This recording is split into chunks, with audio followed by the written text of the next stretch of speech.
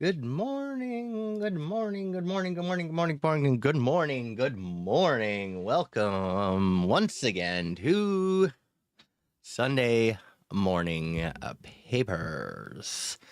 Thank you all for coming over here. All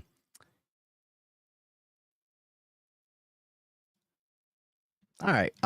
We've got some new goodies going on today. Yes, we do. Yes, we do.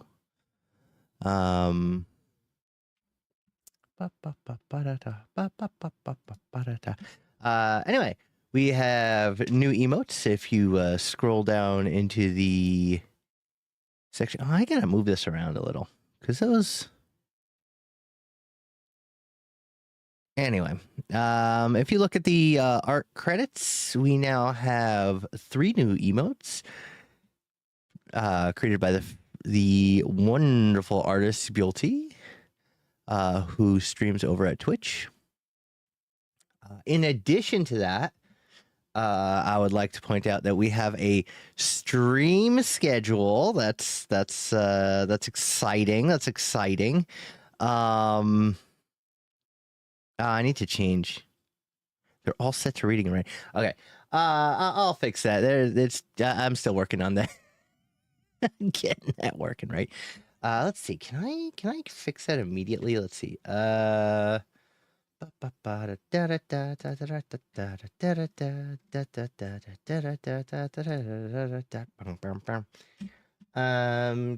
I switch? Okay. Can I fix that? What am I looking for? Streamlabs.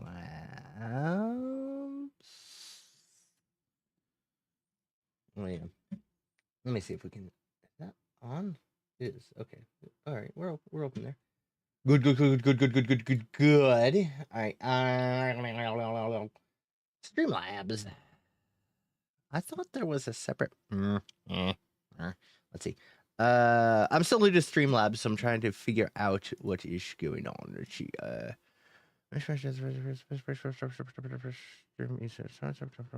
Blah. Was it under Streamlabs or was that under?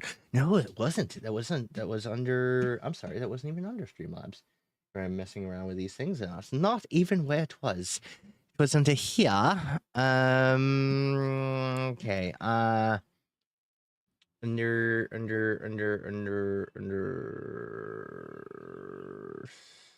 settings. No, maybe no stream. No.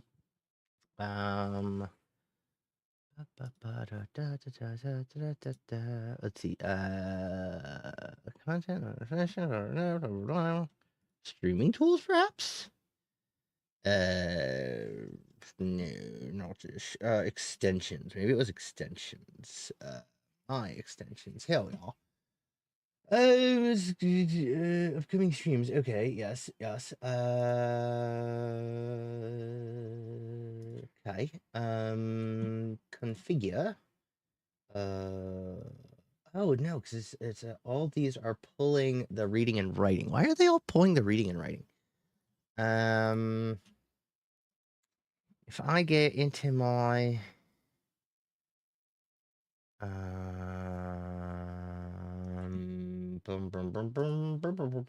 if I go into my channel and then I check down by the schedule. No, that's not one. I want to go to schedule. I'd like to see the schedule, please. Hey, what's up, man? How you doing? I was just trying to fix it. So if you notice, if you scroll down, we now have something like a schedule, which not doing too bad. I'm trying to update things and make things look a little nicer here. Reading or playing games. So right. So the math heavy stream, these should be science and technology. Okay. So that should update there. There we go. Okay.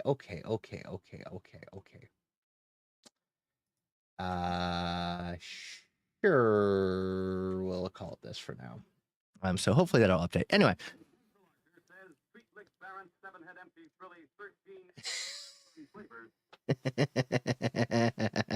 Nice.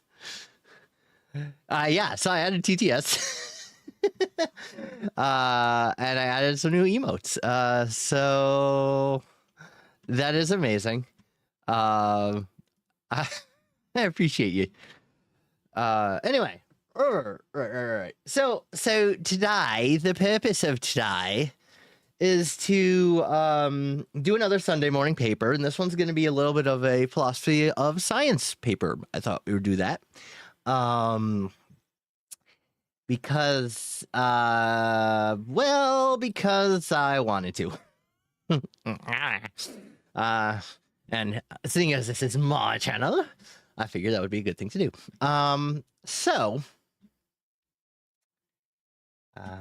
Okay, let's go ahead and make this visible. There we go. Also, let me know what you think of that that TTS voice. I thought it was amusing, but yeah, it made me laugh. Anyway, why are you at? Like, I'm looking at my own channel on like the stream thing, and it's at 160p. I'm like, what? Anyway. Okay, welcome to everyone who is here. Today, I randomly found this paper and I thought it looked cool. So I'm going to subject you all to this paper that I thought looked cool, and we'll see if it is cool or if there's something crazy being missed here. I guess we'll find out. I have not read this paper, but I looked through it briefly. I don't think there's anything like over the top, either math or philosophy wise, that we wouldn't be able to figure out. So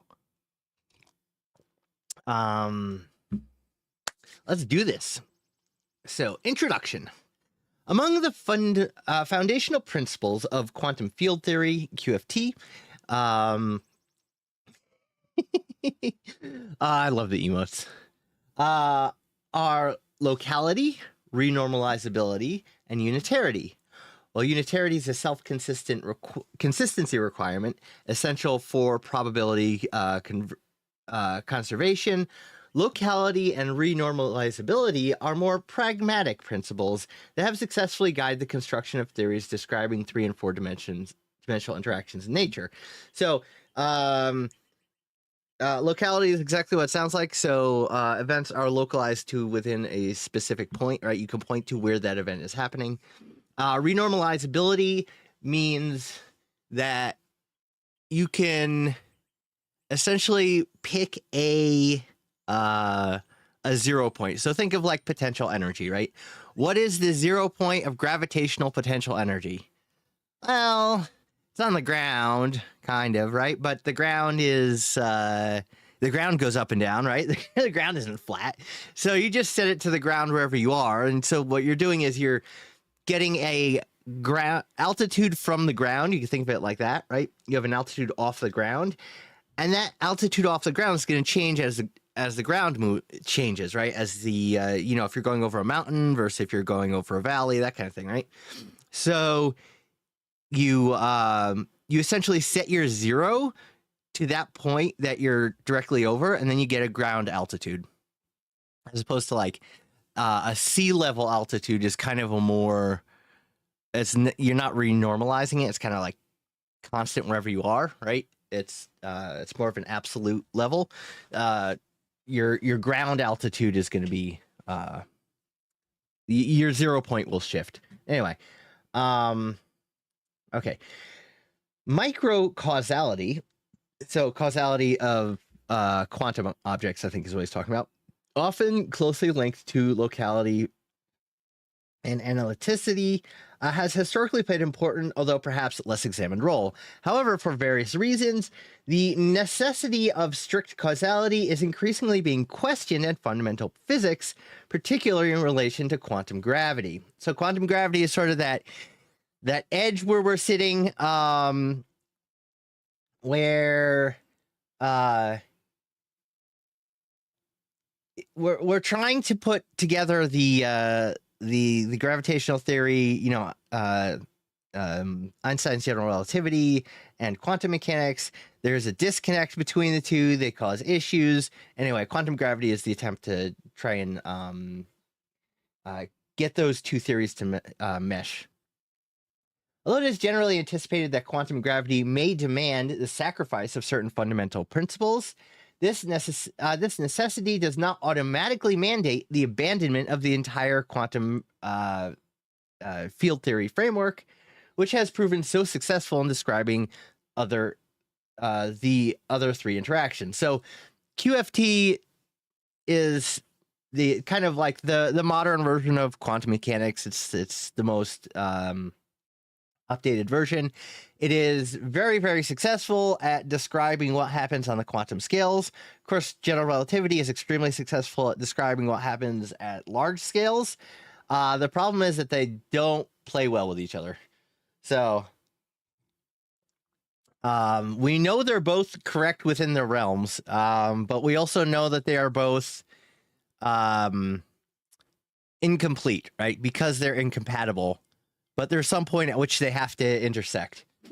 All right.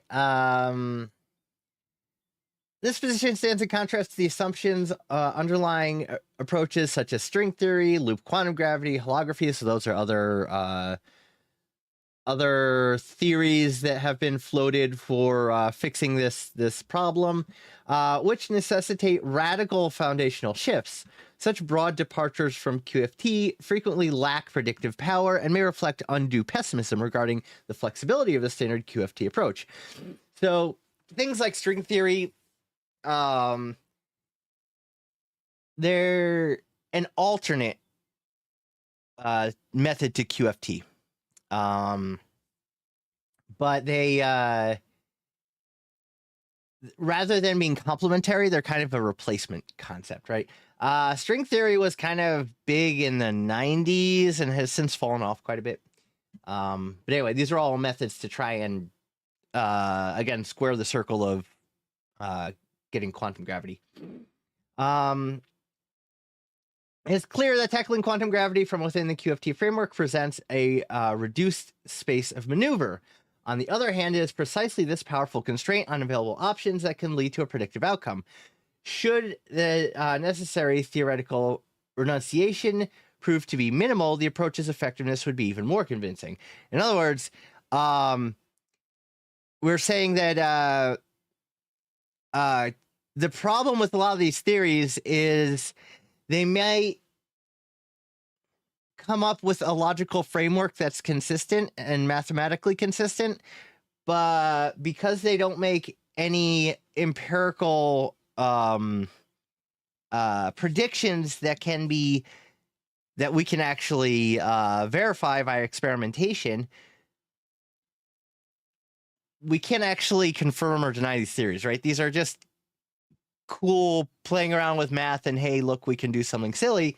But it's very easy to construct these sort of logical frameworks while divorcing yourself from reality.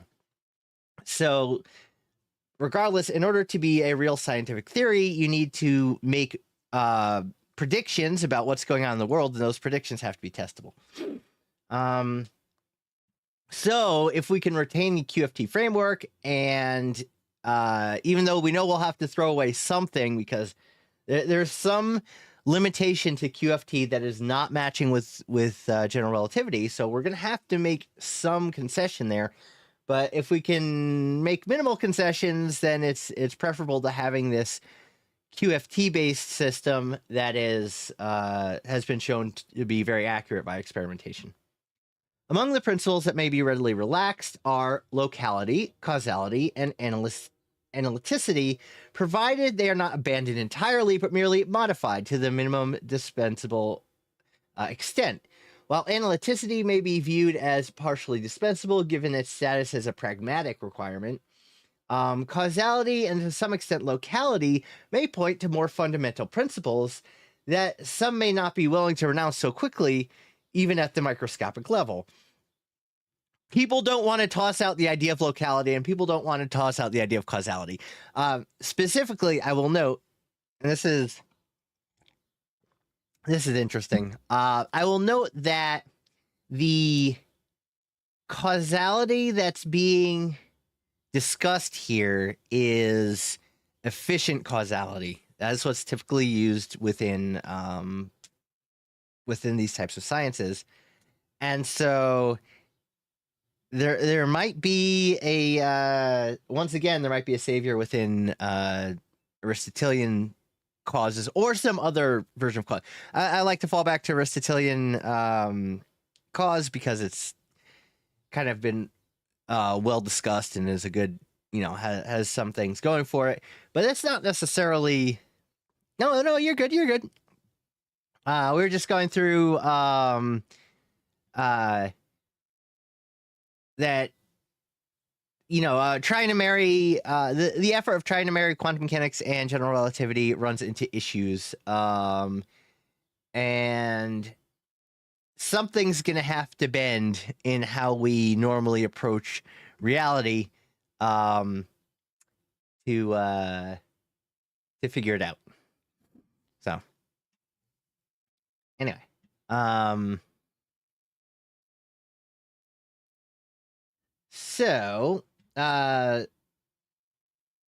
what is cause? This seemingly innocent question conceals more complexity than is customarily assumed. Since Hume, the answer should not be taken for granted. Is causation a practical shortcut, as Hume claims, or a fundamental principle of nature? This is not a minor problem. Yeah, it's there's a little bit of math, but it's not too bad. We'll discuss it. Okay. This is not a minor problem, as elevating a practical shortcut to the status of physical law, or even a principle, carries the risk of misdirection, potentially obscuring promising candidate solutions to existing open problems. Non-relativistic and relativistic mechanics do not prompt significant suspicion about causality.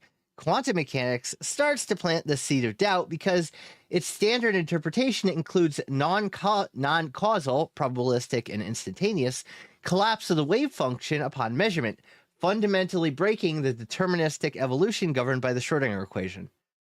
Quantum field theory raises even more concerns, since it lacks a convincing and broadly accepted definition of microcausality, so causality for quantum objects.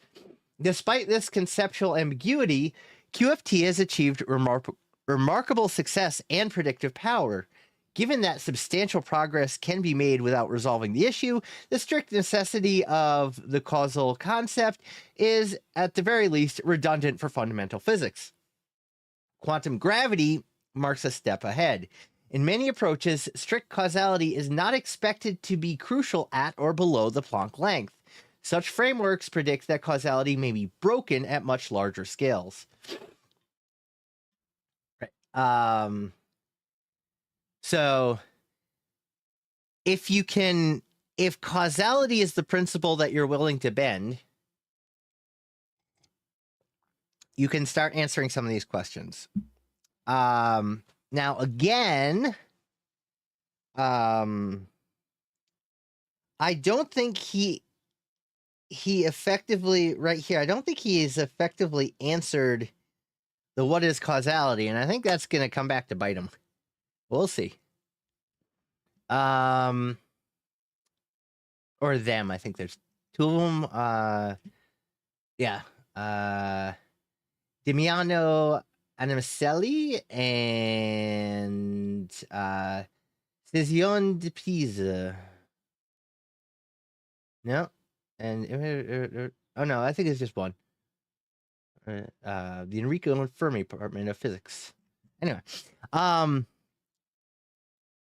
okay. Right. So, for example, in quantum gravity with fakions, i.e. purely virtual particles or particles that can never be on the mass shell, the scale of causality violation is 1 over m sub kappa, where m sub kappa is the mass of the gravifakion, a spin-2 purely virtual particle that belongs to the fundamental triplet of the theory, gravitation, inflation, and fakion, necessary to ensure consistency through unitarity and renormalizability. I love when they come up with names like fakions. So, virtual particles are typically particles that exist. They're almost like particles in potentia. Since energy and mass are kind of interchangeable between the two, right? And you have because of the uncertainty principle, you can't stay below the less or the smaller the area that you're looking at, the smaller the volume you're looking at, the less you can say about the momentum, or in other words, the mass dependent properties of that area, that region, right? And when it gets to a certain point, it's like, well, you can't really say much about it. You can't say, well, there aren't any particles there, because that would be saying something concrete that would then violate that principle. So you end up with these virtual particles that pop in and out of kind of in and out of existence, if you will. And so so these are virtual particles. We have an ad that's going to start in 5 minutes, just FYI. So we'll pause from moving forwards at that point. Right. So these virtual particles, however, can have real effects. So, for example, if these virtual particles happen to pop into existence on, say, the edge of a black hole, and so they'll separate in space, and one of them crosses the event horizon, then it can't come back to recombine, right? So you have a particle and antiparticle pair. That's what these are, right? Virtual pairs. So they come into existence, they annihilate very, very quickly. So your energy level is constant over the whole time. But now one of the particles has gone down into the black hole, and the other particle is outside the black hole, so they can't recombine. And so that other particle can run away if it has enough momentum, run away from the black hole. But in doing so, you had zero mass before, and you're coming back to zero mass, so you can't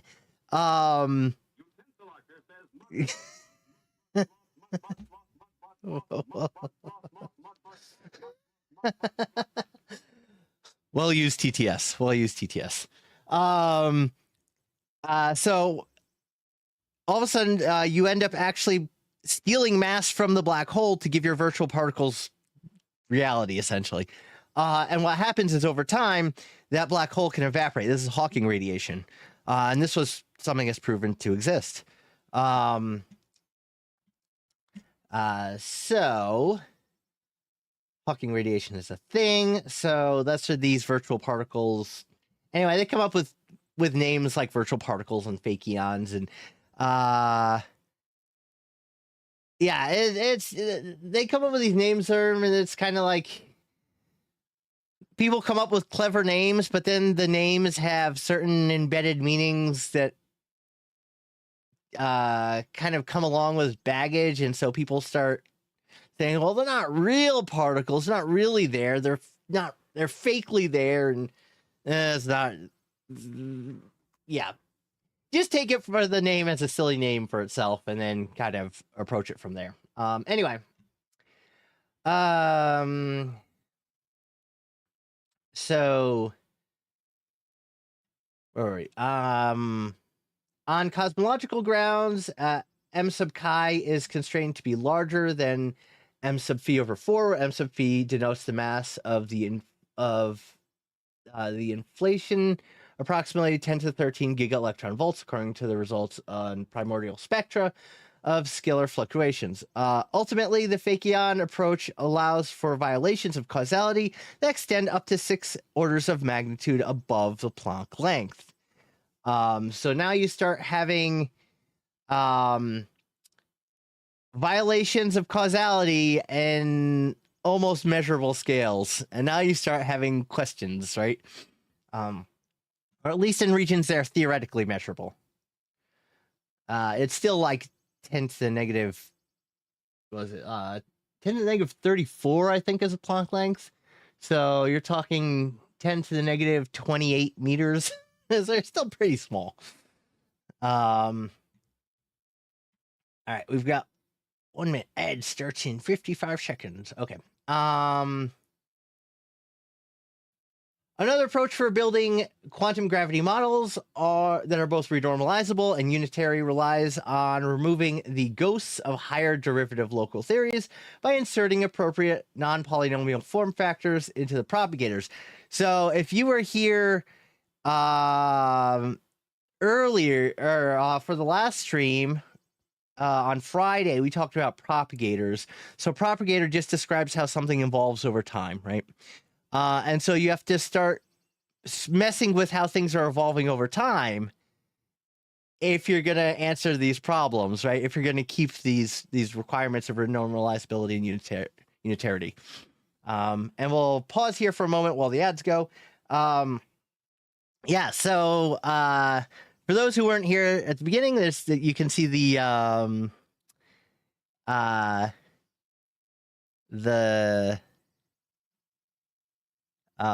what's it called, the pinned message. We've got 3 new emotes.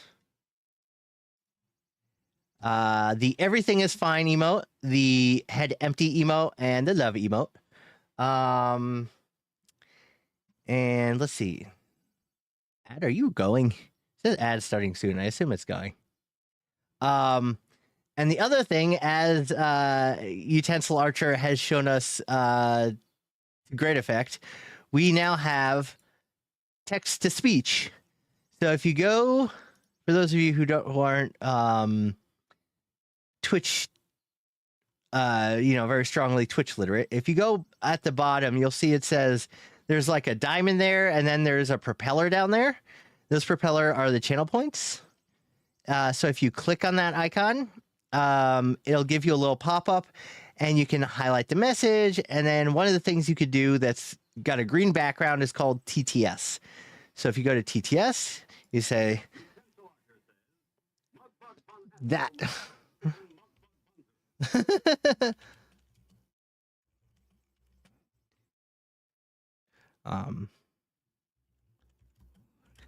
The stream takes a little bit. The Regal Beagle says, "This is how to talk to the stream." I figured that was a pretty cool voice, an appropriate voice for this. So, yep, no worries. We'll start back up at the end of the ad. So, anyway, for those of you who are who are on Twitch a little less, those are some of the new things we've added. Oh, the other thing I wanted to tell you, if you go to, let's see, if you kind of scroll down,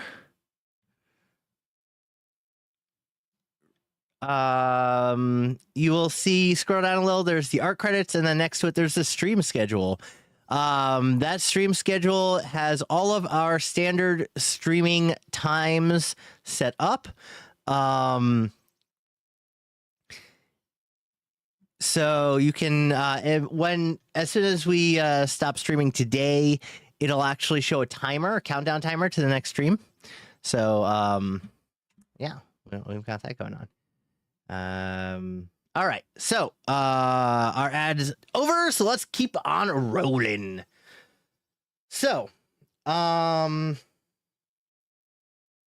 the resulting theories are non-local and violate microcausality, albeit in different ways, right? So we're saying that essentially what we're calling our foundational ontological requirements are renormalizability and unitarity, as opposed to causality, right? And so you're willing to flex causality a little to make these other things fit.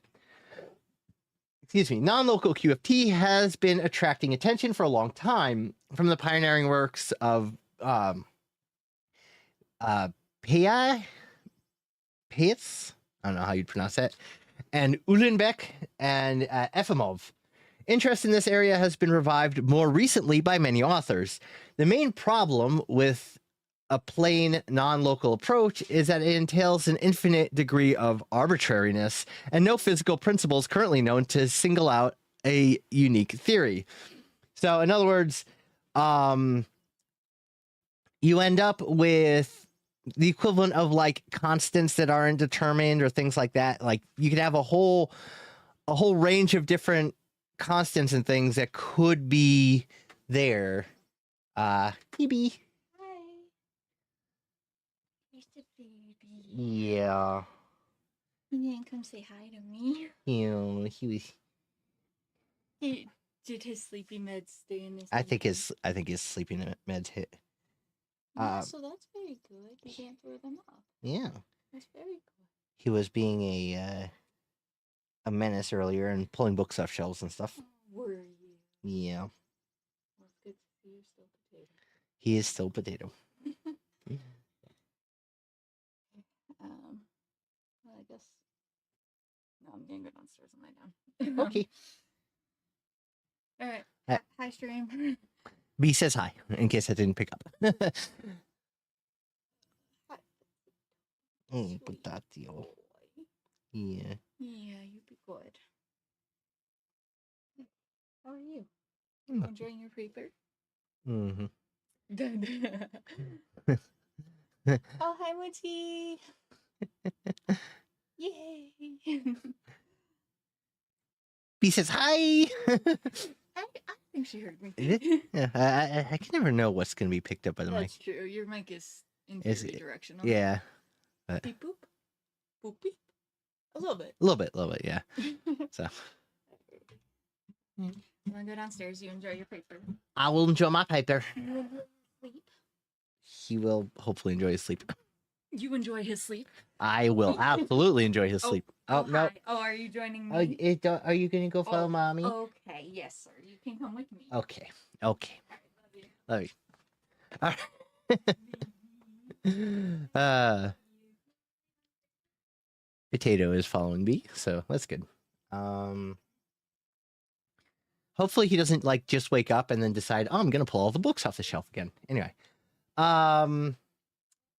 Okay, so right, so there's a problem. Essentially, you have a whole slew, a whole family of variations of this QFT framework without a physical principle to actually single out one of them as being more appropriate. I don't know all the details of that. Quantum mechanics still is not my background, but there it is. This contrasts sharply with the Fakion framework, which yields a unique, strictly renormalizable quantum gravity model. It has been argued that if a non-local unitary theory has a regular local limit, the limit must be a model containing Fakions. Then the local limit provides the missing criterion for selecting the, quote, right theory within the infinite space of non-local theories. So in other words, these particles that they call Fakions, again, whatever about the naming convention, but are essentially yield a mechanism for actually selecting out a theory within this set of infinite theories that all would function, right? Acausal behaviors and related phenomena are encountered in several other contexts. Among these, we mention the Lee-Wick models, in which the, quote, abnormal particles rapidly decay. Further examples are approaches based on propagators with complex poles. I'm not going to go into that math, but yeah, so weird propagators, essentially. Analogies with quantum chromodynamics, antilinear symmetries, and unstable ghosts. I have no idea what unstable ghosts are, but I really want to know that theory. Mainly because I want to talk about the physics of unstable ghosts. That sounds hilarious. Anyway, it's worth noting that a violation of causality is not expected in this Stell theory, which is quadratic gravity with a spin 2 massive ghost. I assume that means there is a spin 2 particle that is a, quote, ghost particle. So either it's going to be the equivalent of the virtual particles or something like that, but it has mass. That's why you're saying massive ghosts, right? The particle itself has mass, but maybe it's it is very, very low interactivity. I'm thinking something like a not neutron, what are they called? Blah, blah, blah, blah, blah, blah, blah. It's the name of the stupid particles that come out of the sun, come from nuclear decay. Wow, I cannot think of the name. Anyway, they're particles. They're all over the place, but they very, very weakly interact with matter, right? So that's, maybe that's why they're calling them ghost particles. I don't know. The primary trouble with that theory, however, is a lack of unitarity. In this paper, we critically examine the concept of causality within both deterministic and non-deterministic frameworks. So again, that's where I'm interested to see how he approaches causality. We argue that the notion of cause is only tenable when it refers to entities that are genuinely external to the system under observation. Okay. Crucially, these external entities must not be subject to the laws of physics. Otherwise, they would merely constitute internal components of a larger systems, thereby losing their essence as causes. I'm going to need a little... you're going to have to do a lot of background work on that one, but anyway. Because the universe contains no truly external entity capable of acting upon the universe itself, we conclude there are no true causes within nature. Dude threw down a flag and decided that this is where he's gonna the hill he's willing to die on. Let's see what happens. The idea of cause, therefore, is a borderline concept. First, it belongs to our description of nature rather than an intrinsic feature of nature itself. However, just as the laws of physics are invariant under changes of coordinates and reference frames, it is evident that nature does not depend on our ways to formulate it. Second, describing nature in terms of causes leads into metaphysics or the supernatural, since it involves entities that are outside of nature but can act on it. These two things are very different, but anyway, and I don't know if that's necessarily true. I'm going to go ahead and put a big old question mark on this one. You're going to have to prove that one to me. I don't know if that necessarily gets you there. The cause-effect relation affords us the illusion of having control over our future by changing the course of events. Once we accept that this is, in fact, an illusion, we could settle for simply predicting the future. I'll leave that pause to itself. Motivated by this consideration, we critically examine the issues of predictivity and argue that true predictions are also impossible as a matter of principle. Instead, we can only make statements that can be verified retrospectively, pre-postdictions. This limitation arises because physical systems can never be perfectly isolated, nor their initial conditions be fixed completely. The possibility that unruly, quote, disruptors might emerge from regions of space-time beyond our control and alter the final outcome in other unforeseen ways can never be rigorously excluded, although it can be practically dismissed on statistical grounds. This very fact, however, confirms the illusory arrow of time attributed to causality is an effect of statistics emerging at macroscopic scales. This renders microcausality disposable even in the presence of external forces.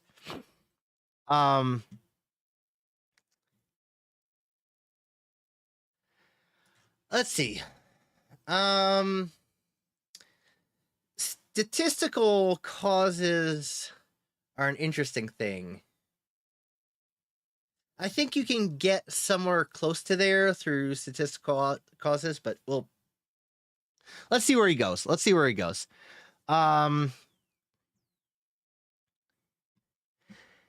In theories with fakions, the maximum we can achieve is delayed pre-postdictions. However, the delay expected in quantum gravity is so short, approximately 10 to the negative 37 seconds, it does not significantly worsen the fundamental limits of our predictive capabilities.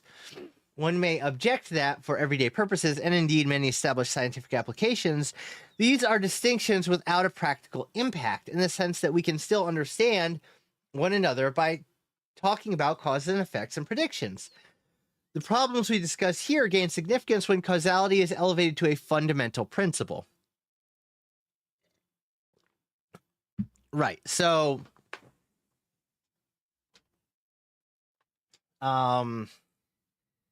if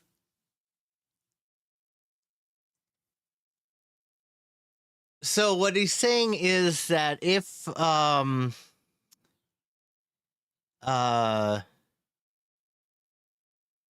at base levels, at certain scales, typical causality doesn't function, then causality as a principle isn't useful as a principle because it doesn't apply there.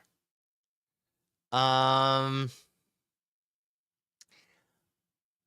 would argue that he's probably using too narrow a definition of causality. So in other words, he gets close enough, right, that because statistical cause is still a thing. So statistically, you get these things, but that's kind of like an emergent, and cause itself is an emergent event kind of thing, or an emergent part of reality. Anyway, okay, if one assumes the relation to this, okay, causality often overlaps with non-superluminality, the property that signals cannot propagate faster than light in special relativity. Yet superluminality is not inherent in the notion of causality. If one assumes that relations of cause and effect do exist, then non-superluminarity merely restricts them to events lying within the past and future light cones. On the other hand, if we accept, as we demonstrate in this paper, that relations of cause and effect lack fundamental meaning, we are not thereby forced to accept superluminal propagation. Right? So the problems that arise with what are they called? Entangled particles and stuff like that only become a problem because we have this restriction, this causal restriction on superluminal propagation. But if that form of cause and effect doesn't make any sense at those levels, then you don't have to worry about it at all, right? It's no longer a problem because you're not dealing with cause and effect. The argument advanced in this paper should not be construed as contentious, as there is little need to convince the majority of physics community on the opportunity of relaxing the requirement of microcausality, especially in quantum gravity. Apart from specific, perhaps dogmatic approaches within string theory and loop quantum gravity, which appear to maintain an a priori unexamined commitment to strict causality, skepticism about causation as a fundamental principle is widespread. This is true.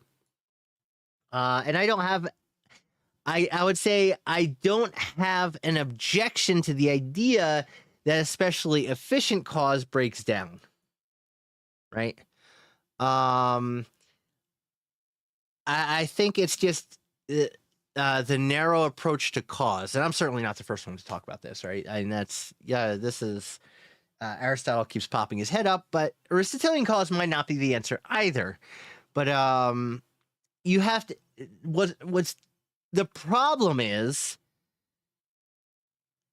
that your definition of cause is or you don't have a solid definition of cause here, right? It's just like an assumed efficient cause. Ball A hits ball B, therefore ball B moves, right? But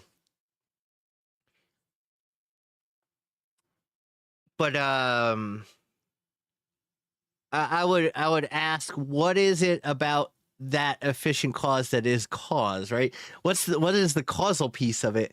I think you need to define your term, or if you define your term more precisely, I think you can end up with a form of causality that is maintained with that, while saying that something like efficient cause, which is a subgroup of causality, might not obtain in these locations. Anyway, we'll figure it out.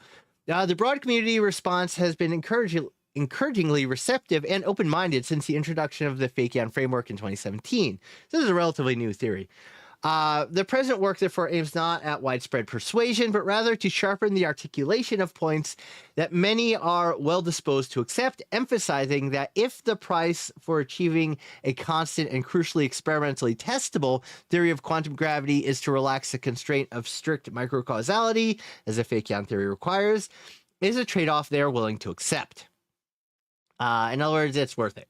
That I don't disagree with. If you need to throw efficient cause out the window, or you shouldn't maintain efficient cause as a principle. I can agree with that, but I still think there's a broader notion of causality that probably still obtains. At the same time, we caution upfront that we do not stop there, but push the claim much further, suggesting that the notion of causality is inherently misleading insofar as it relies on metaphysical assumptions, should therefore be completely abandoned in fundamental physics. I'm curious to see that argument. Okay, the paper is organized as follows, blah, blah, blah, blah.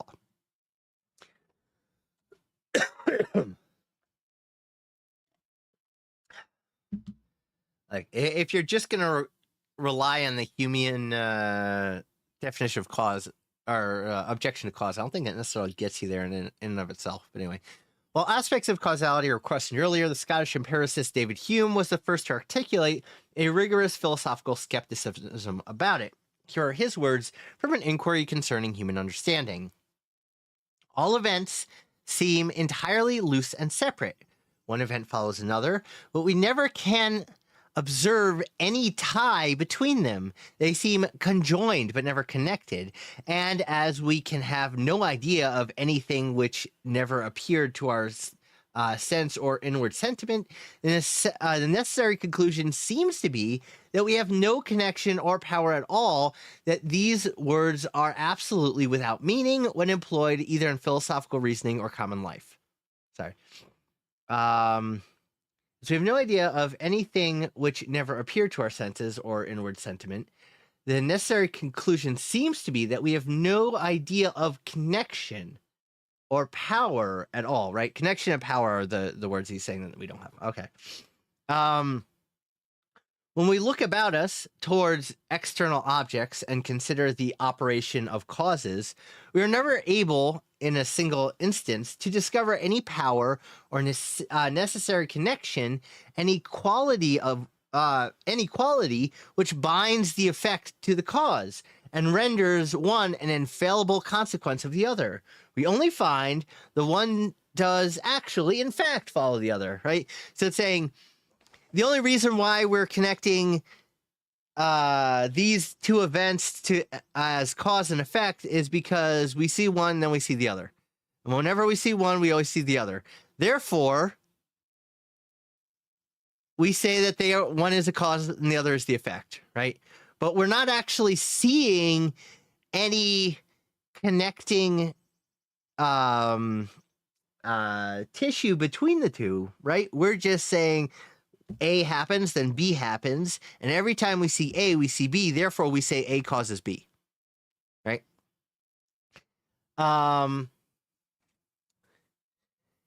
It appears then that this idea of necessary connection amongst events arises from a number of similar instances which occur of the constant conjunction of these events, right? A happens and B happens. Nor can that idea ever be suggested by any one of these instances surveyed in all possible lights and positions. But there is nothing in a number of instances different from every single instance, which is supposed to be exactly similar, except only that after a repetition of similar instances, the mind is carried by habit upon the appearance of one event to expect the usual attendant and to believe that they will exist. This connection, therefore, which we feel in the mind, this customary transition of the imagination from one object to its usual attendant, is the sentiment or impression from which we form the idea of power or necessary connection. So he's saying this idea that something has the power to change something else, or that there is a connection between events, is all in our head, right? We can't actually say anything about it. All we know is that A happens and B happens. Therefore, we say that A causes B, but we're not actually seeing anything that we're not actually identifying anything as cause, except the fact that after A, we expect B, right? It's our expectation, not something in the world itself. Suitably to this experience, therefore, we may define a cause to be an object followed by another, and where all objects similar to the first are followed by objects similar to the second, or in other words, where if the first object had not been, the second never had existed. The appearance of a cause always conveys the mind by customary transition to the idea of effect. Right? That is Hume. That's Hume's definition. All instances from experience, this is continuing the Hume, the quotes from Hume. All inferences from experience, therefore, are effects of custom, not reasoning. Custom, then, is the great guide of human life. It is that principle alone which renders our experience useful to us and makes us expect for the future a similar train of events with those that have appeared in the past. And that's, of course, true. Yeah, right? Kant of course, Hume awoke Kant from his dogmatic slumber. Kant played off of this whole thing quite a bit. So yeah, for Hume, he's like, we say that A is causing B, or that A has a power for B to make, has a power to make B happen. But we're not actually talking about anything there, except the fact that whenever we see A, we see B. Right? In other words, Hume posed that causation is a psychological habit, not an intrinsic feature of reality. As he argued, there are no causes and no effects, but merely trains of events in succession. The first observation that comes to mind is that this train of events more precisely describes determinism rather than causality. The distinction between the two concepts is crucial for our analysis.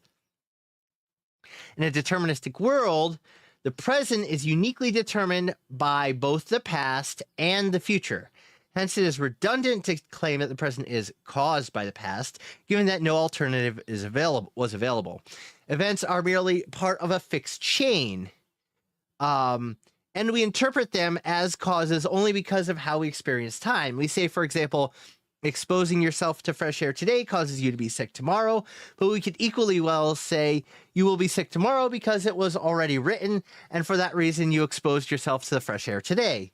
The distinction of the cause-effect relationship is thus arbitrary, contrary to what causation is supposed to be, a chronological ordering equipped with an arrow signifying a necessary link from the past through the present to the future. It is our narration of the universe that equips the flow of events with an apparent arrow. Let's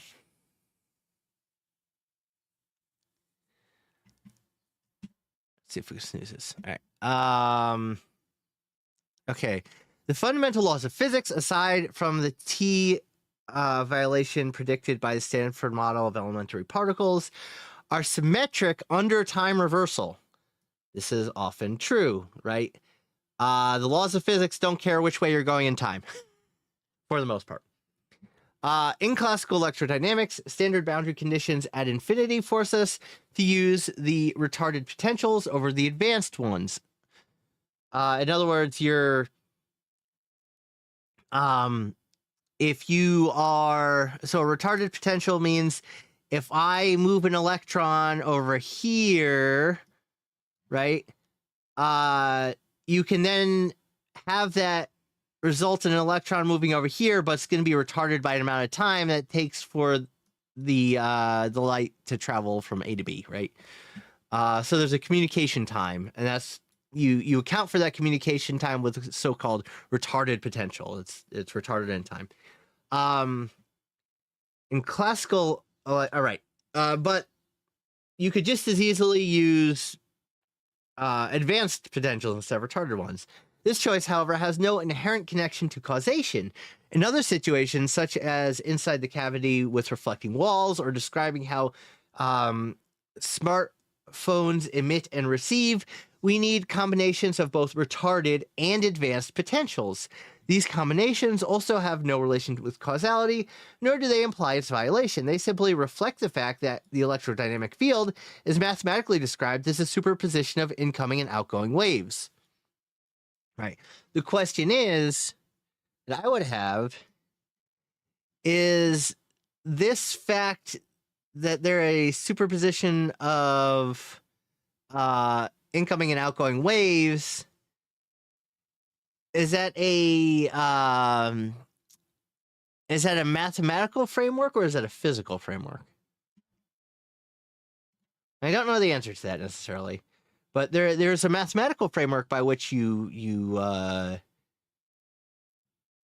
would talk about this, right? You talk about waves going one way, hitting a barrier, and then reflecting off, but also the other direction, right? So you end up with this kind of symmetric bouncing on both sides. Anyway, regardless, that the question is, and this is a question that I'm not sure how you would discuss, but is that a mathematical quirk, right? So in the same way that we before we've talked about the imaginary term in Fourier analysis, right? You have negative frequencies in Fourier analysis. They're not really negative frequencies. It doesn't really have any physical meaning, but you have to keep it there because the mathematics requires it. Is it something similar? I don't know. For definiteness, consider a point like oscillating dipole, D placed at the origin. So the source, so J is your current, as a function of time and position, right? This is four-dimensional, so XYZT is negative cosine omega t d dot, right? So this is just how it's moving. Yeah, so this is just the sine and cosine terms that are moving and oscillating in time, right? Where your derivative of J with respect to space-time is 0. So in other words, it's just going back and forth. It's just oscillating. Gives the vector potential. This is just the vector potential as a result. This is electrodynamics. We're not going to go into the all the shenanigans of electrodynamics, but suffice it to say this. All right, where the this is equivalent to a nabla, but in 4 dimensions, right? Or I'm sorry, nabla A. Shouldn't that be a scalar potential then? I feel like that should be a scalar potential, right? No, it is a D. Anyway, regardless, you don't need to know all of this. Just suffice to say that you have an oscillating charge which produces a potential. All right. In the Lorentz gauge, so that the Lorentz gauge is such that the derivative of with respect to all XYZT is 0, where R is the absolute value of the position vector R. However, this same current also gives a solution. So this is, this is a negative and this is a positive, and it gives this solution, which is different because it's T plus R instead of T minus R. Because this is oscillating, think of it like this. If you have an oscillating system and you're just a little guy traveling along this oscillating system,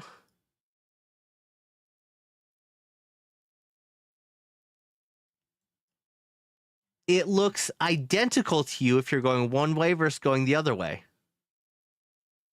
There is no specific arrow here. You can go either direction, and both of these are legitimate solutions to these differential equations.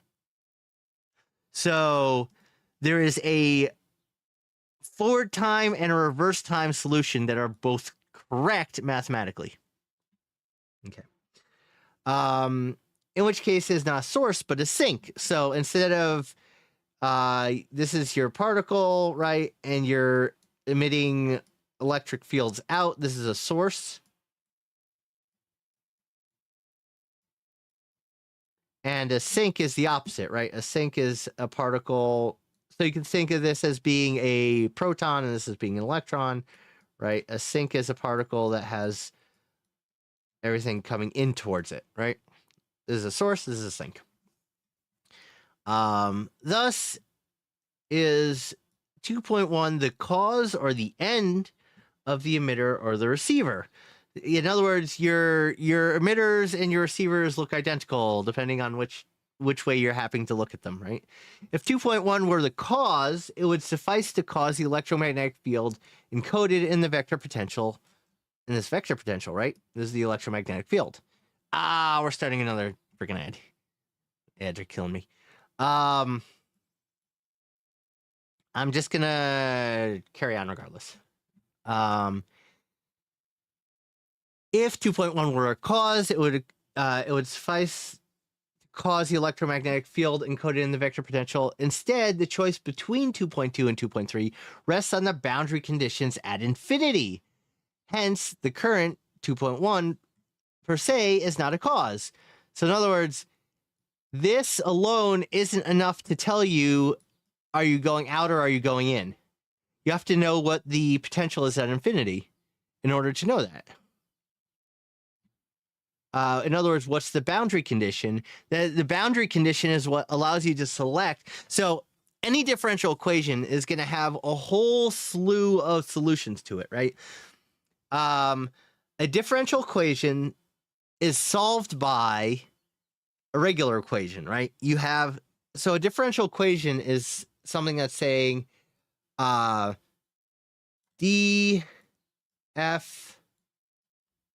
dx equals x squared, right? The simplest possible differential equation, or not the simplest possible, but one of the simplest, right? So it's asking what function f could you put into this such that when you take the derivative with respect to x, you get x squared. Now, of course, you can integrate it. You could say it's x cubed over 3 plus a. This a is a constant, right? And this could be any constant. So you have an infinite number of functions f that actually solve this differential equation. Now, for a very simple differential equation like this, they're just offset, right? They're just, what are they? They're cubics that are offset by some, depending on which a you select, right? They're cubics. You can't really see that on here. They are cubics, which looks something like this, right? You don't want to see that either. Boo. I can do this. Let me make sure that this is visible here as I try and discuss this. All right, there we go. So let me go back to that a second. This is a differential equation, df dx equals x squared, right? There is some function f such that when I take the derivative with respect to x, the result is x squared. So f is x cubed over 3 plus any constant, right? Because derivative of a constant is always 0. So any constant could be here. So it's any of these kinds of curves, right? These cubic curves solve this problem. So you have an infinite set of solutions that actually solve this. And what happens is you use a boundary condition, like say, what is f of 0? Well, f of 0 is going to be a. So if I know what f of 0 is, if I know this boundary condition, that allows me to select the specific equation that solves this. So this by itself does not give me the answer. It's this plus the boundary condition. The same thing is happening here in the more complex electrodynamics problem. You can see what's going on here. Wait for it, wait for it, wait for it. Did I go too far? Nope, I didn't go too far. Okay. So again, the more complex differential equation, which is saying that the derivative of A is J, right? So in other words, this solves this, the derivative of this, right? This J is the solution to this problem. There's a series of different equations that are going to solve this differential equation. So the answer is which one solves it. And so you have to use boundary conditions to determine which of these solutions is the one you're looking for. But each of these boundary conditions is going to result in a different physical setup. In fact, in opposite physical setups. Okay. So in other words, if you're trying to say that this current is the cause, that's not enough. You have to have the current plus the boundary condition to delineate a cause, right? Because if I have a different boundary condition, I have a different physical result.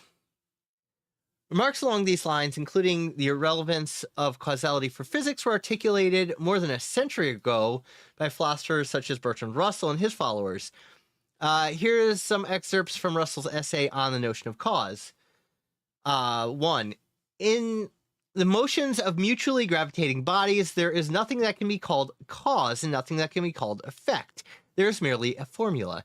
Certain differential equations can be found which hold at every instant for every particle of the system, and which give the configuration and velocities at one instant, or the configuration at two instants. Or the configuration at two instants, render the configuration in any other earlier or later state theoretically calculable. That is to say, the configuration at any instant is a function of that instant and the configuration at two given instants. So in other words, you see, you need two more. So a single instant is not enough to give you a deterministic result. This statement holds throughout physics and not only in this special case of gravitation. Quote number 2. All philosophers of every school imagine that causation is one of the fundamental axioms or postulates of science, yet, oddly enough, in advanced sciences such as gravitational astronomy, the word cause never appears. And quotation number 3. The reason why physics has ceased to look for causes is that, in fact, there are no such things. The law of causality, I believe, is much that passes muster among philosophers. Like much that passes muster among philosophers, is a relic of a bygone age, surviving like a monarchy only because it is erroneously supposed to do no harm. And quote number 4, the word cause is so inexorably bound up with the misleading assumptions as to make its complete extrusion from the philosophical vocabulary desirable. Unfortunately, Russell's arguments failed to open a breach in the methodology of physics. This failure resulted in the continued adoption of ad hoc definitions for the sake of preserving the notion of cause rather than challenging the concept itself as at its core. We believe it is time to settle the matter and eliminate causality from within the foundations of physical sciences. As noted, the essence of determinism is the lack of alternatives. What if alternatives were available? Then perhaps one could make sense of concepts such as cause and effect because it would be possible to, quote, change the course of events. Nevertheless, the only realm where multiple outcomes may follow from the same initial condition in physics is quantum theory. There, the selection among several possibilities is determined by chance, i.e., it occurs without cause. I think those are two different things. Determined by chance and occurs without cause are two different things. In my thinking. Although the course of events is not written in advance, it is not possible to control it or guide it. We must therefore concede that quantum theory is not a promising candidate to resurrect the notion of causality? No, but you can. It's not completely indeterminate either, right? It is statistically determined such that you can use the statistics to do specific things. So, for example, I can develop a quantum computer which relies on the indeterminate statistic, the statistics that are very well determined. And so all that happens in this is that the notion of causation shifts, right? Which I believe, right? So I would agree with him if he's trying to say that the classical notion of efficient cause is not valid under quantum mechanics. Yes, I agree with that. But that doesn't mean that the notion of cause itself is wrong. Right?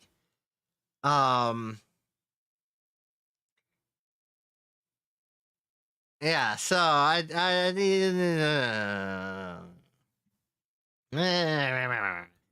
think he's using a very narrow definition of cause, and that's what's causing problems.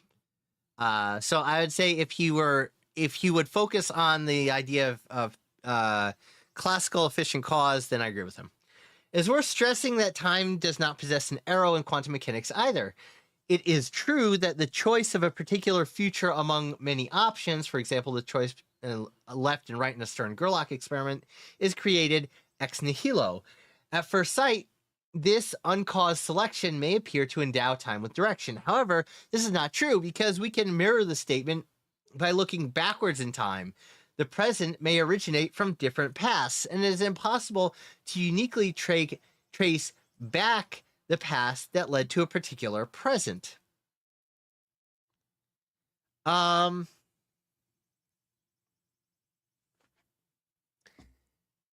Sure.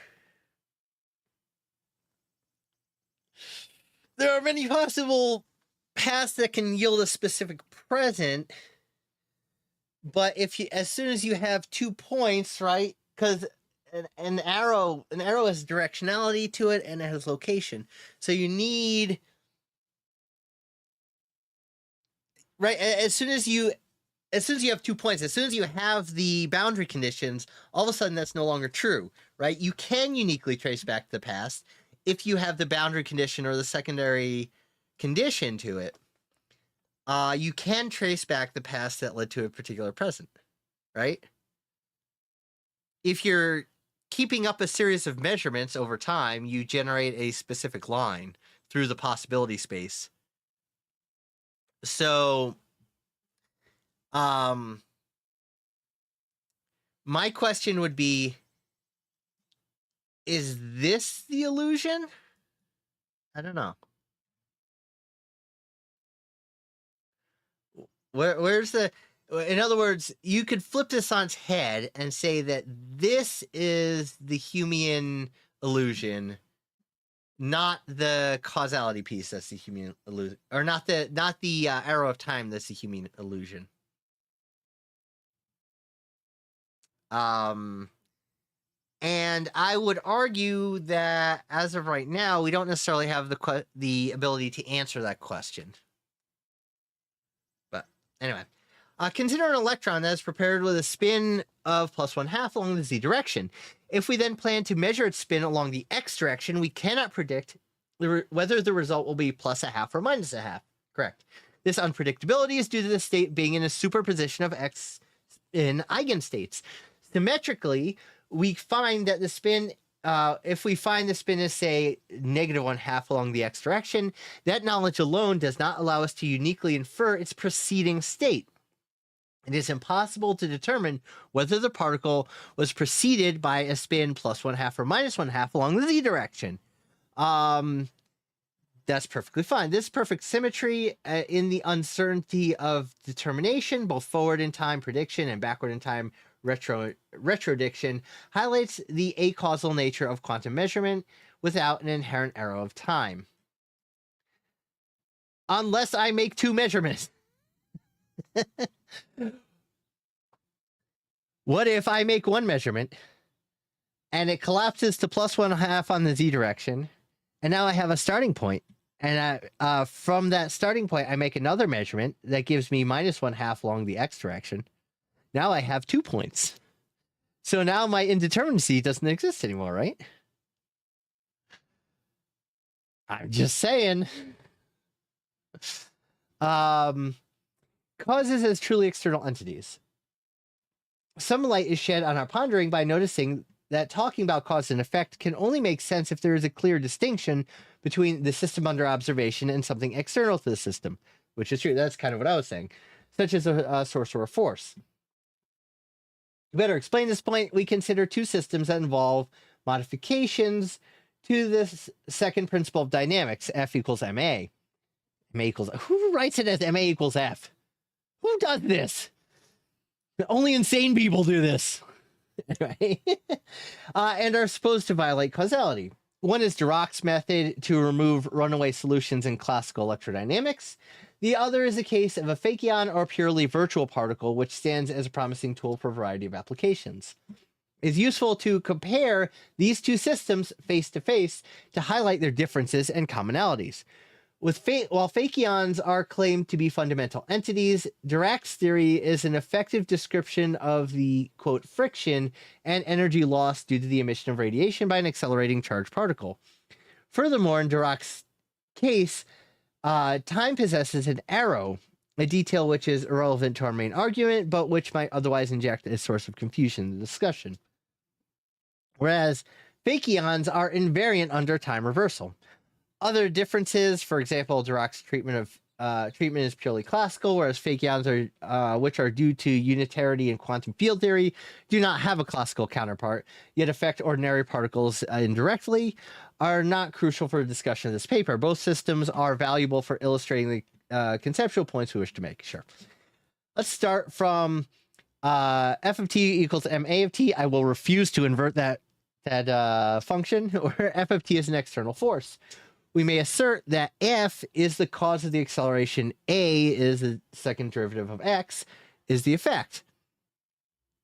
This equation is deemed causal because the trajectory is given by X of t is the integral 1/2, it's the integral from 0 to t of my force,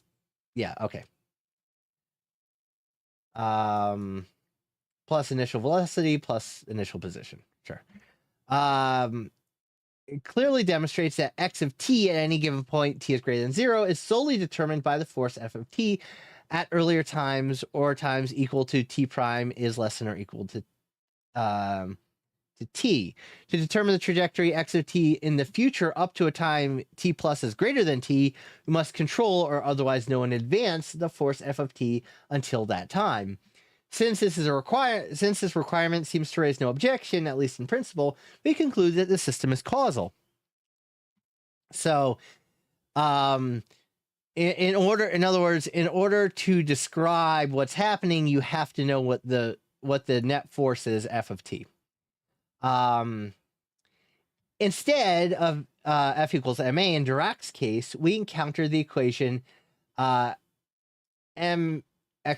so ma of t is 1 over tau times integral from t equals 0 to infinity of e to the t minus t prime over tau f of t prime, where tau is a constant with a dimension of time.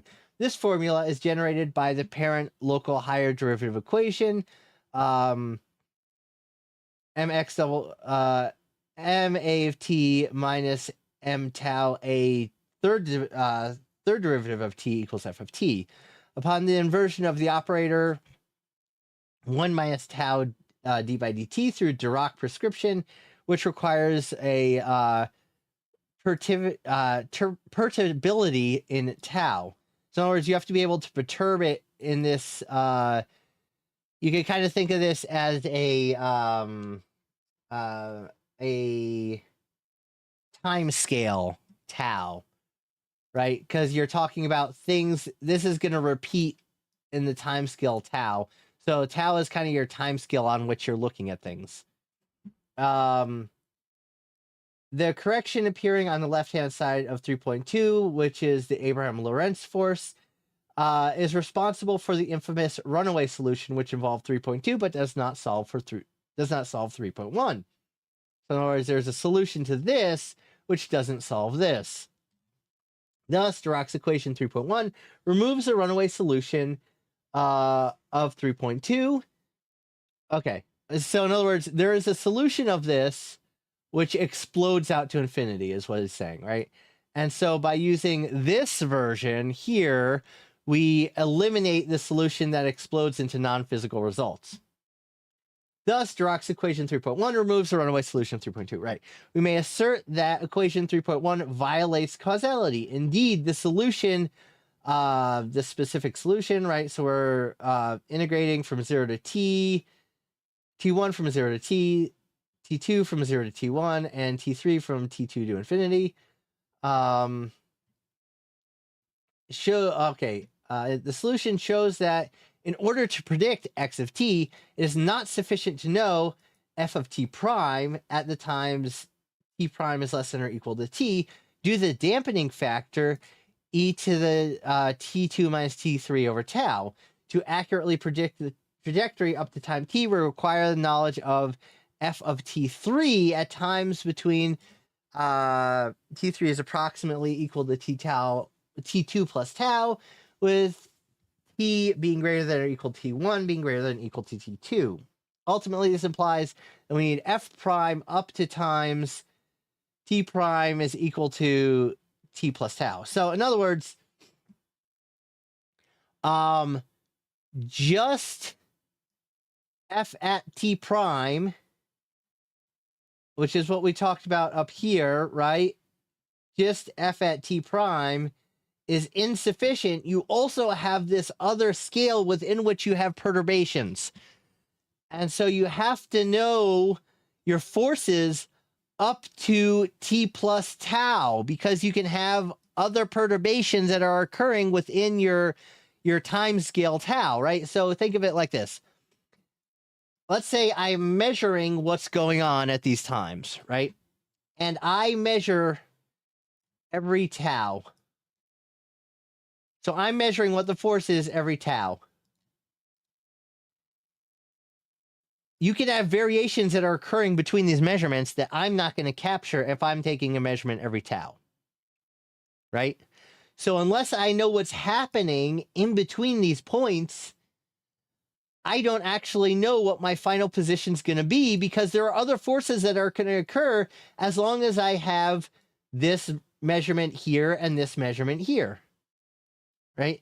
So because of this time scale in which you can have variations, you have to include that within your formula, or else you don't actually know what your position in x is. Right now, if tau is very, very, very, very close to 0 compared to t, you can say it's approximately equal to t, and so you can ignore it, right? And so if tau is like on the order of a Planck time, right, then for the time that it takes to throw a ball, and if you're tracing the trajectory of a ball, that doesn't really matter. That's essentially 0.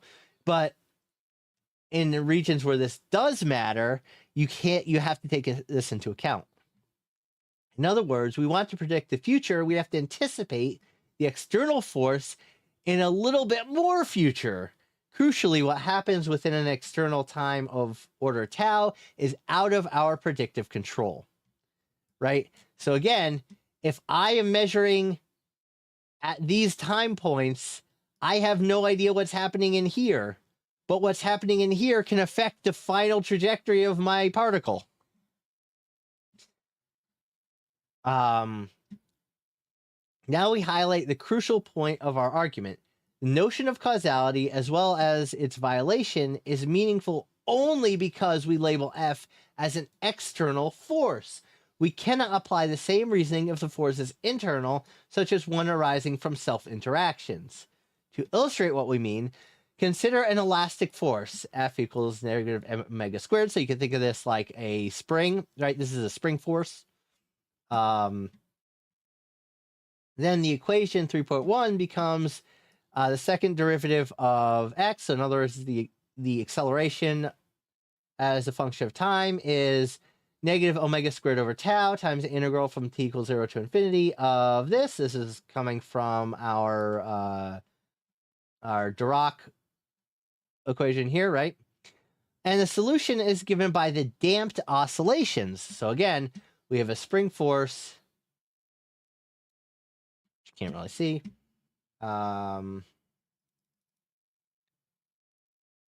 Right? We have a block on a spring. Want to know what that spring force is, right? So you have some movement off of 0, right? So it's going this way and then this way. And so the force is always going the opposite of the direction you're moving in, right? But you're going to have a dampening effect that comes from friction and these kinds of things. So you end up with this damped harmonic oscillator, which you see, again, all over the place in physics. It's kind of like one of these core physical models that comes up all over the place. There we go.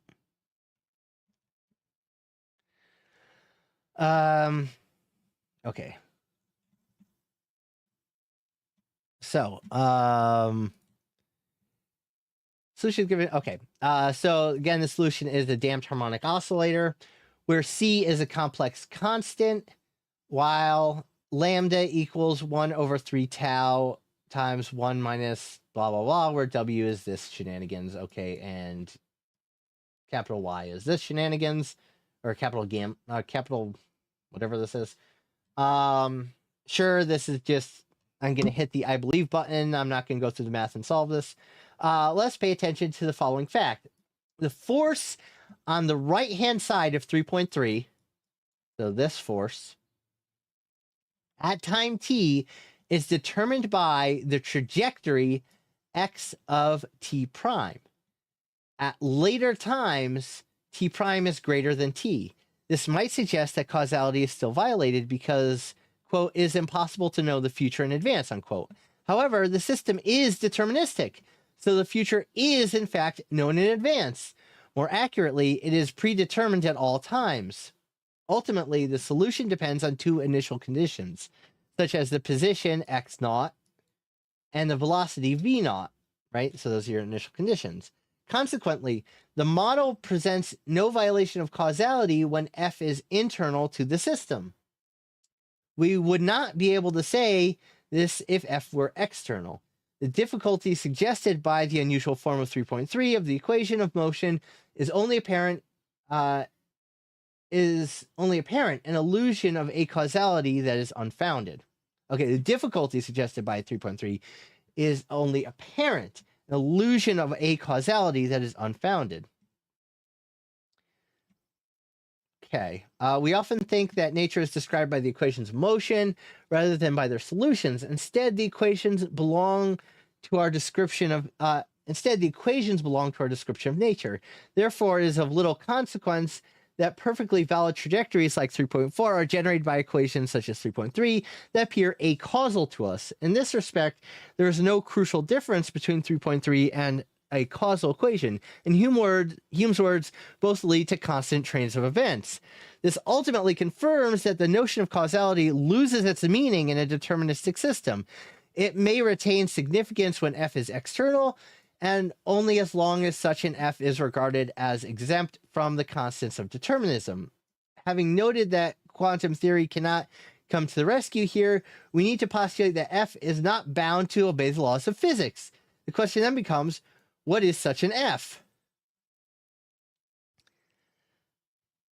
I don't know if you get there from here. Right, because or is accurately predetermined at all times. Ultimately, solution depends on two initial conditions. But it's causal if you have the initial conditions. That's what I don't understand. It doesn't make much sense to me. Yeah, right, fantasy F. What do you talk about the F outside of I have questions. Why is F external to the laws of physics? Doesn't make sense to me. We reach similar conclusion in the case of fermions. The main difference is that in the fermion equations are supposed to describe fundamental properties of nature, which means that the challenge they pose to our understanding is robust, whereas a challenge posed by an effective theory such as Dirac's one can more easily be dismissed as merely apparent. A further key distinction is that fermion equations are symmetric under time reversal, thus avoiding the need to burden our discourse with an irrelevant arrow of time. The typical fermion equation is ma equals 1 over 2 tau times integral from negative infinity to infinity of sine of t minus t prime over tau times f of t prime. To solve it, knowledge of the external force f of t prime is required at all times t prime. However, due to the oscillating behavior of the sine function at the practical level, it is sufficient to know f of t prime only in the neighborhood of t minus t prime is less than or equal or approximately equal to tau at the time interest t. Since this inversal involves some future, we say that 3.5 is acausal. So in other words, so future, we said, okay. So we say we have to know within kind of the time, that time period, right? Because then it's going to repeat. Because again, it's a sine wave, so it's going to repeat. Imagine these are all repeating sine waves, right? So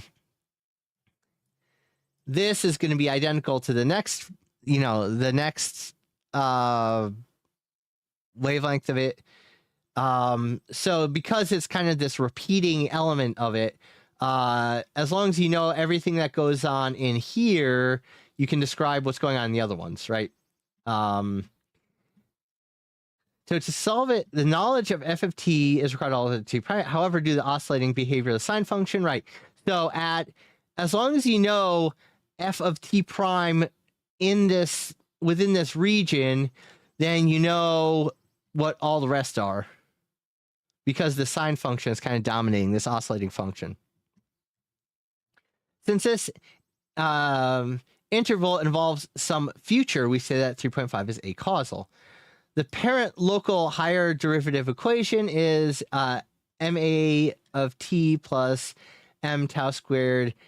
Fourth derivative of t is f of t, which gives 3.5 upon inversion, the operator 1 plus tau squared d squared by dt squared through fermion prescription. Equation 3.6 has 4 solutions, of which only 2 satisfy 3.5.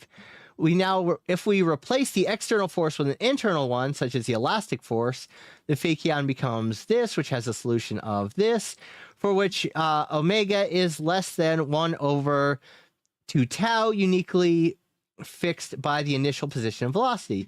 The proper reduction of the set of degrees of freedom to the physical ones can be provided in fermion equations with generic self-interaction. Okay, I'm not really sure what this is trying to say, though. Again, we see that the right-hand side of equation 3.7 may suggest acausality, since it implies that the force, quote, causing acceleration on the left-hand side must be known at all times.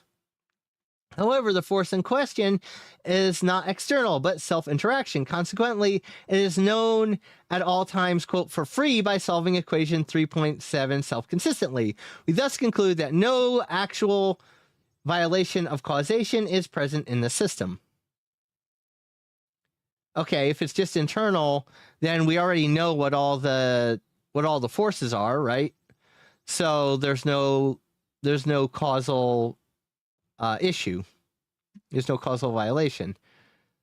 We learned that if we want to introduce a meaningful notation of causality, the system cannot be independent of its exterior.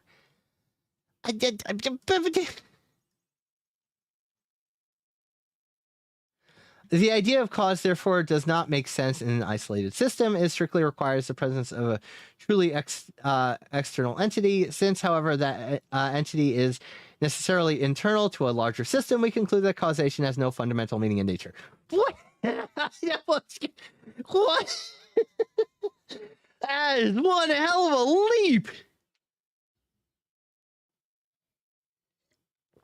Holy cow. Holy cow! What if causality is is defined by the relation of systems? Why couldn't it be a fundamental aspect of the relation of systems? There you go. Then it's a fundamental part of nature that still fits in this framework. There you go. Causality is the form of the interrelation of systems. There you go. I solved your problem. Oh. Okay. We will go down to 4. I'm just gonna give this a break for a minute. So it's going for just to give those who don't have who aren't subbed.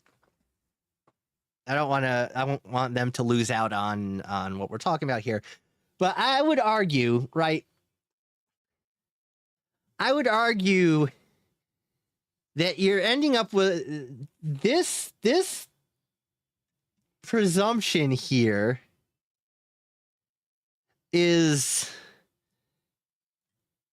I understand where he's coming from to get this, right? Because you need to have, if you have a purely internal force, then you just end up with this this sort of acausal system or whatever. I would argue 10,000% that you can very easily introduce another determinant, another definition of cause, right? That's super easy to do, and you can produce the same sort of idea or functional use cases of causation, and yeah, so I call bull poopy on this. I'm gonna go ahead and say that now where I will say this, it is interesting to try and discuss these things, because the classical version of efficient cause does need to be thrown out. I agree with that. 100%. Quantum theory requires the chucking of classical efficient cause out the window. Absolutely. I don't believe it requires the removal of all cause. However, what is interesting, like I was saying, if you define cause as a structural interrelation between systems, you might be able to get away with it.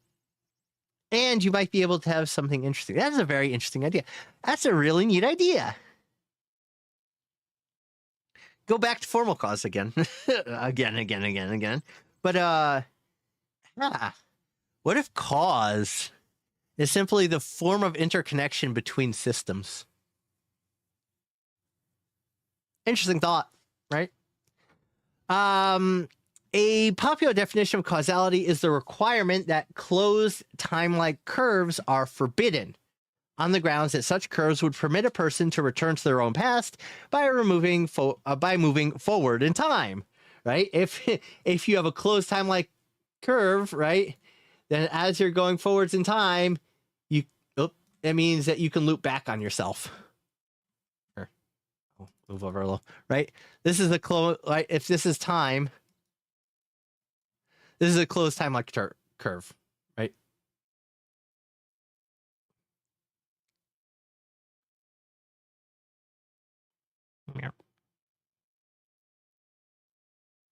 Come on. Give me. Here we go. Then, however, one need not return to the past to alter it. It is sufficient to change the future, and that would deterministically change the past, right? Again, there's no need of CTCs for this. Thus, it is evident that CTCs do not violate causality. Unfortunately, the debate on causality is often burdened by ad hoc definitions and overlaps. I would argue the same thing is happening here, with side concepts leading to the claims that causality violations are based solely on breaches of these definitions. I'll agree with that. Yep, that is often the case. Ultimately, the concept of cause is the result of a sequence of conceptual missteps and misunderstandings. First, one must erroneously assume that the world is neither deterministic nor quantum, i.e., that alternative outcomes are available, but their selection is not governed by quantum chance. See, that's where I disagree. I don't think that's true at all. I think you can have a quantum version of you can have a version of cause which functions on the quantum indeterminacy. Anyway, second, well, one must postulate something external to nature and endow it with the, quote, superpower to make choices concerning nature. That entity, which would be designated the cause, would seemingly be responsible for the effects, in a clear reflection of social notions of guilt and responsibility. What the heck is that coming out of?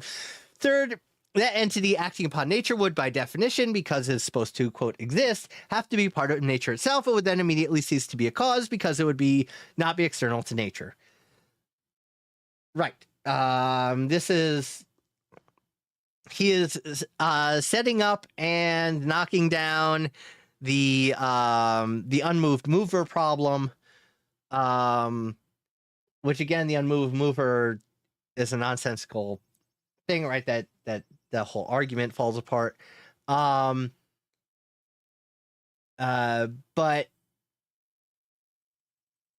I don't think that it's necessary to go this way, right? I think if you go this direction, you're just opening yourself up for a bunch of shenanigans that you don't need. Once again, we observe that the idea of causation is a side effect of our narrative about nature, but fundamentally does not belong to nature. Even worse, it belongs to the supernatural because it postulates the existence of something external to nature, not subject to the laws of nature, which can nevertheless act upon nature. One might counter with the following statement. I do not know whether I will have a cold tomorrow, yet I can expose myself to fresh air if I decide to, or I'm foolish enough. This guy really hates touching grass. The cold is the effect, and my action is the cause. The weak point in this narration is the hidden assumption that the I is an entity not subject to the laws of physics, endowed with mysterious superpower of acting on nature without being part of it, such as the power often referred to as free will. Once the I is included into the larger system with the rest of nature, we are made of atoms, the idea that cause loses its meaning both in classical and quantum levels for reasons previously explained. I agree with this. I don't like dualism. I think dualism is bullpoopy. But yeah, I think he falls a little short in some of these areas. We've been going for a solid hour and 48 minutes. So I think since we are at section 4, I will call it here.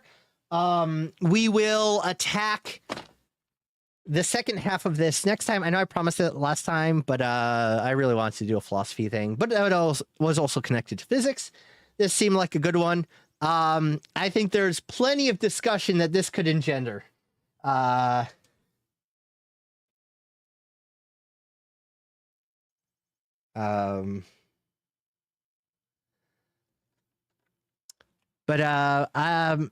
Yeah, so we can go next time. We'll finish up this paper and we can discuss it a little, perhaps. I think that would be a lot of fun. In the meantime, thank you so much for coming along on this journey. I am going to see if I can find a science and technology channel that would be appropriate for us to raid. There usually aren't all that many. Yum,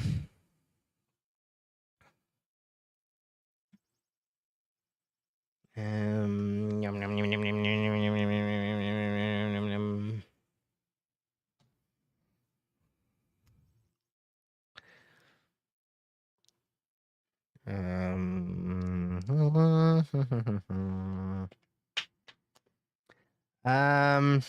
I am not honestly seeing any good channels to raid right now that are live.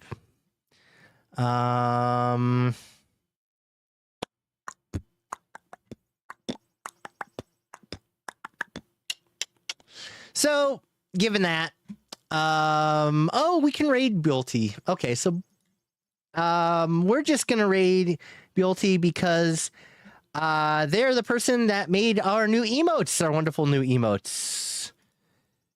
So,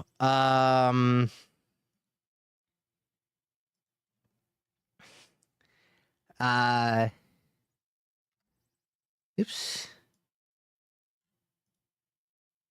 So what we're going to do is we are just going to go ahead and raid Builty with our 4 viewers. Let me see if there's anyone here.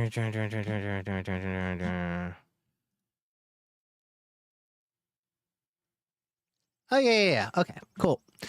So Builty again is a wonderful artist that created these new raid. Let me make sure I'm spelling it correctly. B E A U L T E A.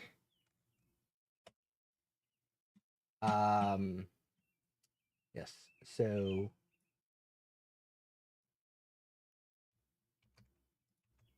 cool. Thank you guys again for showing up and listening to all the shenanigans.